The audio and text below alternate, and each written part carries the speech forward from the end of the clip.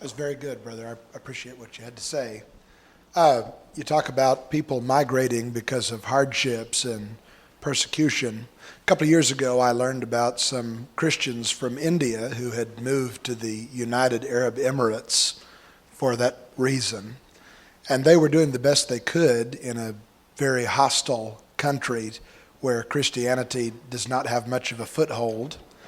And Brother Lazarus from India, I had met him in another work, and he had encouraged that anyone who could should go over there and try to encourage these guys and help them. And Brother Lazarus and I actually went there earlier this year, and a man was baptized, and there's now 4 Christians there in the United Arab Emirates that are meeting as a congregation. And I was thinking about how much similar that is to what happened years ago when the church grew in California. The Christians from Arkansas and Oklahoma moved out to California for work.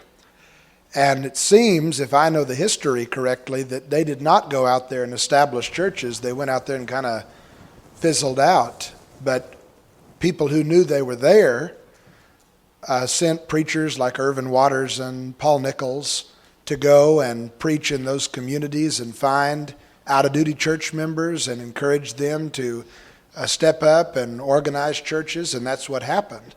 So my question is, when we see these sort of dispersions happening in places across the world where there are churches, what responsibility do we have to go into places like Botswana and the Emirates and other parts of the world where folks are migrating because of financial hardships, and to try to locate Christians who need some encouragement to step up and do what Acts 8:4 describes? Maybe you could comment a little bit about it there. Well, I would comment. I think you're exactly right on the situation in California, and I think exactly the right thing happened there, although not exactly the right thing happened there. And I would hope that we would learn to do better in the future. They didn't go everywhere evangelizing the Word. They should have done that, and they didn't do it. And so the purpose of, sermons like this is to say, look, we don't know what the future's holding, but you train people before it happens, and you say, look, when you go, whatever happens, you go evangelizing the Word. And so what should have happened didn't happen in California. However, evangelists were sent to follow up. Let's go. And they were sent, here's what I like about that situation. They were sent, and this is where I think responsibility comes in. I don't want to lay too much heavy responsibility on us Americans. This is where responsibility comes in. Preachers from the area from which they had come went and preached to them. Now, I don't know exactly where those men were from, but in general, preachers from the area in which they had come went and followed up, preaching, establishing the church. And I think that's probably a better situation. That's what happened in the Bible. I mean, it couldn't have been any other way. But preachers, Barnabas and the apostles, from where they had come, went, followed them, preaching the gospel and establishing church. And I think that's a pretty good example. That's not the only. I don't say we have no responsibility. I think we're free as we have economic ability to go any place we see migrations happening. But I don't think we should say the responsibility is all ours. The responsibility is with where did they come from? They're Christians. They're moving. They should have preached the word. But where did they come from?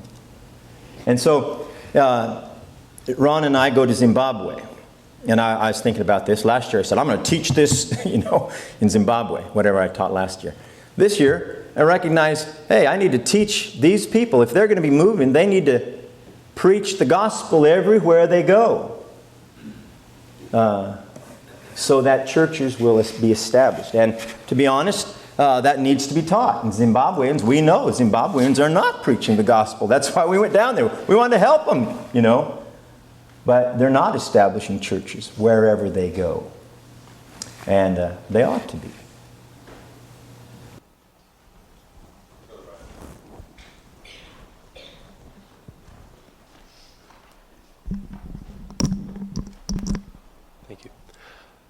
Does Acts 8 verse 4 and verses like it teach us that the church grows best in an environment of persecution, or can it also flourish in a tolerant society? I don't know. I think the church grows when Christians evangelize the word. I don't know all the problems of the world that we live in, but I think the church grows best whenever Christians evangelize the word. That's what I'd say. Ron Gordon.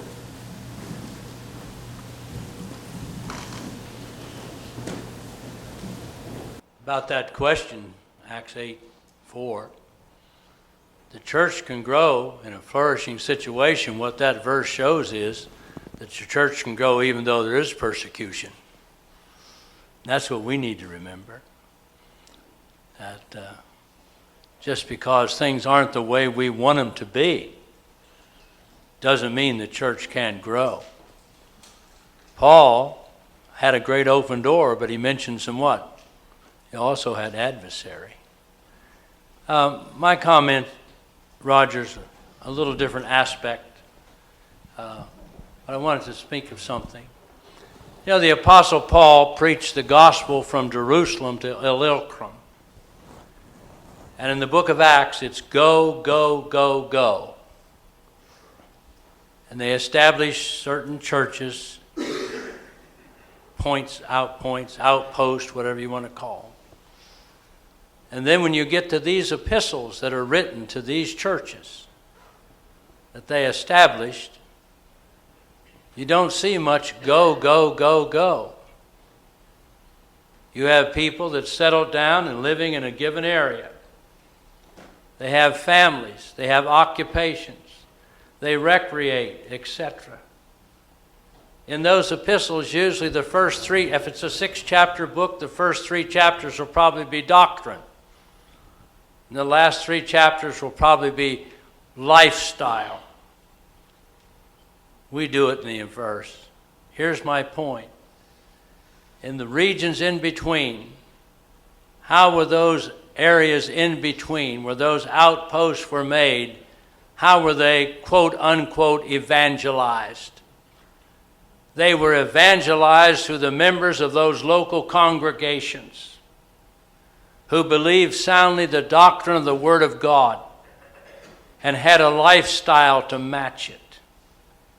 Each of us here has a world to share the name of Christ. Whether you're a young man, young lady, and I guess some people get old, I don't know. But either way, my point simply is this.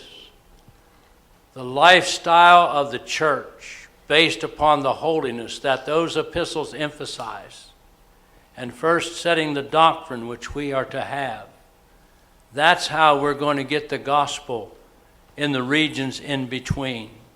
And there's lots and lots of people there. And one of the things is, I think we have to become less ashamed of saying to people, are you a Christian? How many denominations do you know? And you know people, and they'll ask you that question. Happens all the time. Do we have that kind of courage? Do we have that kind of wisdom? The point is, all of us recognize today there's people in sin and they need a physician. But people don't go to a physician if somebody doesn't tell them they're ill. And that's one of the conflicts of the church today. We know everybody, we know the physician we need to have them go to, but we're afraid to tell anybody they're sick enough they need to go to that physician. Sorry, I just meant to make a comment about the epistles. Thank you.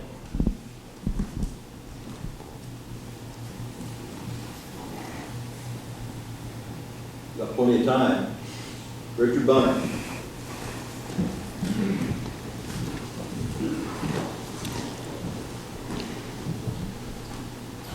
Roger, I always enjoy listening to you. You're a very informative, very interesting speaker. It seems to me, as Ron was alluding to, we've got a problem about equipping the saints to go out and to be the type of Christians that we read about in Acts chapter 8. I'm afraid that if some of our congregations were dispersed today, that there wouldn't be all that many people that could take the faith with them into the communities where they would go.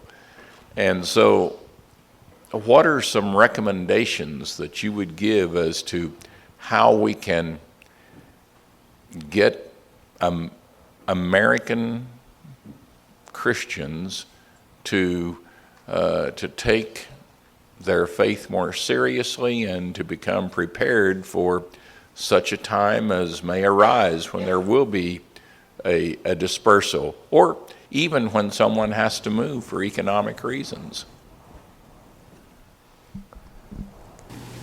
Well, I think history, except for Acts chapter 8 and verse 4, shows that sometimes we don't do a very good job.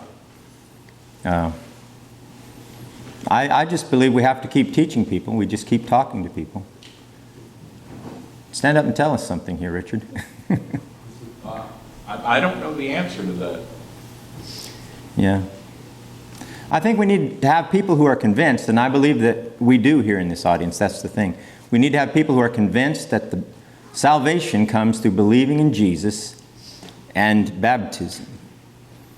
And I've seen people who, having been baptized, but for some reason have to move, end up in some denomination or something. Why? Didn't they believe? Didn't they believe that they have to believe in Jesus and be baptized? And so I believe we have to keep teaching that stuff, the basic things, although we have to keep teaching other things too. I don't have all the answers either, Richard. Glenn Osmond.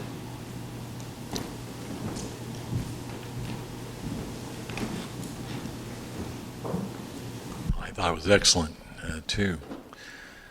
To answer, I think, that question as well as others, I think, especially about migration, what we know about sociology is whenever things change in people's lives, whether it be a death or a birth or a job change, some kind of unsettledness in their life, and like you've pointed out, that's what's going on in Acts 8.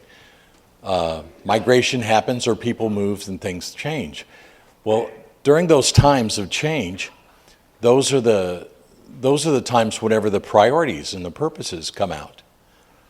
Why are we doing this? Why are we going? Where are we going? Why is this all about? What's it all about? What are we doing in the big scheme of things, to get to where we want to go? And that's the time when people talk about what's important to them. And I think that's where the problem is. I think we've gotten to, we have a form of sociology about the church. Our church is just a bunch of good people that have come together. No.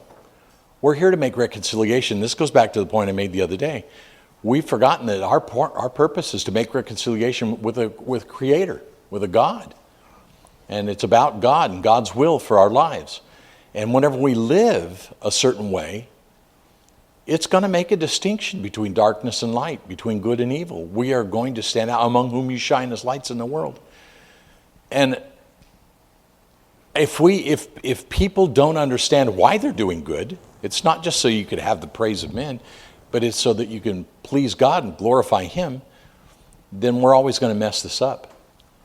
It's not that our church is just as good as anybody else or better.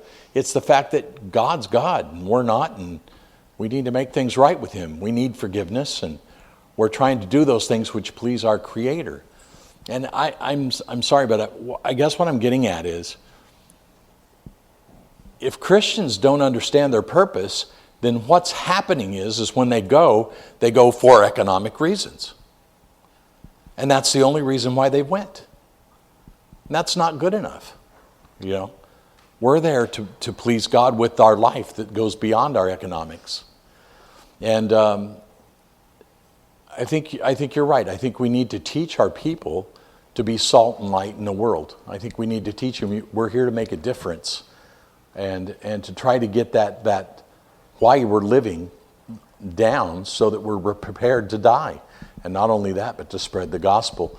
But I really appreciate your talking about that, because I just wanted to say that it's when migration happens, it's when those changes happen. And those are when people want to re-examine their purposes. And I think that's one of the reasons why whenever the church went everywhere preaching the gospel, they were successful. It's because those principles were being tested at that moment in time. And it continued on in their lives. But we've gotten to where we're rich and increased with goods and have need of nothing, and that's our problem. I think we're getting out of that, and we're starting to spread the news. But that's what we're going to have to get back to. We need to teach people this is reconciliation with God. This isn't about being a great church. It isn't about glorifying ourselves. It isn't about having a wonderful view of others in our communities. It's about making things right with God. And I really think we need to get back to the essence of it. Thank you.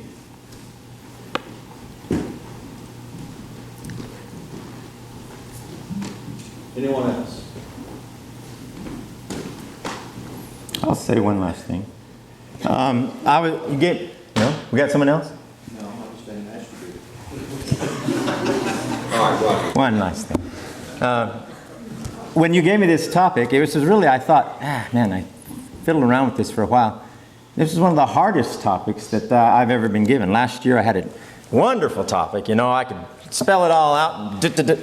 This year's not so wonderful. And you have to admit, I don't have all the answers. I wish I had more answers. I don't have all the answers. I just know we need to be the people that we read about, who they went everywhere preaching the word. And that's who we need to be. And we just have to each be thinking about it. We're each in different circumstances and situations, and whatever way that we can be that way, that's who we need to be. Thank you.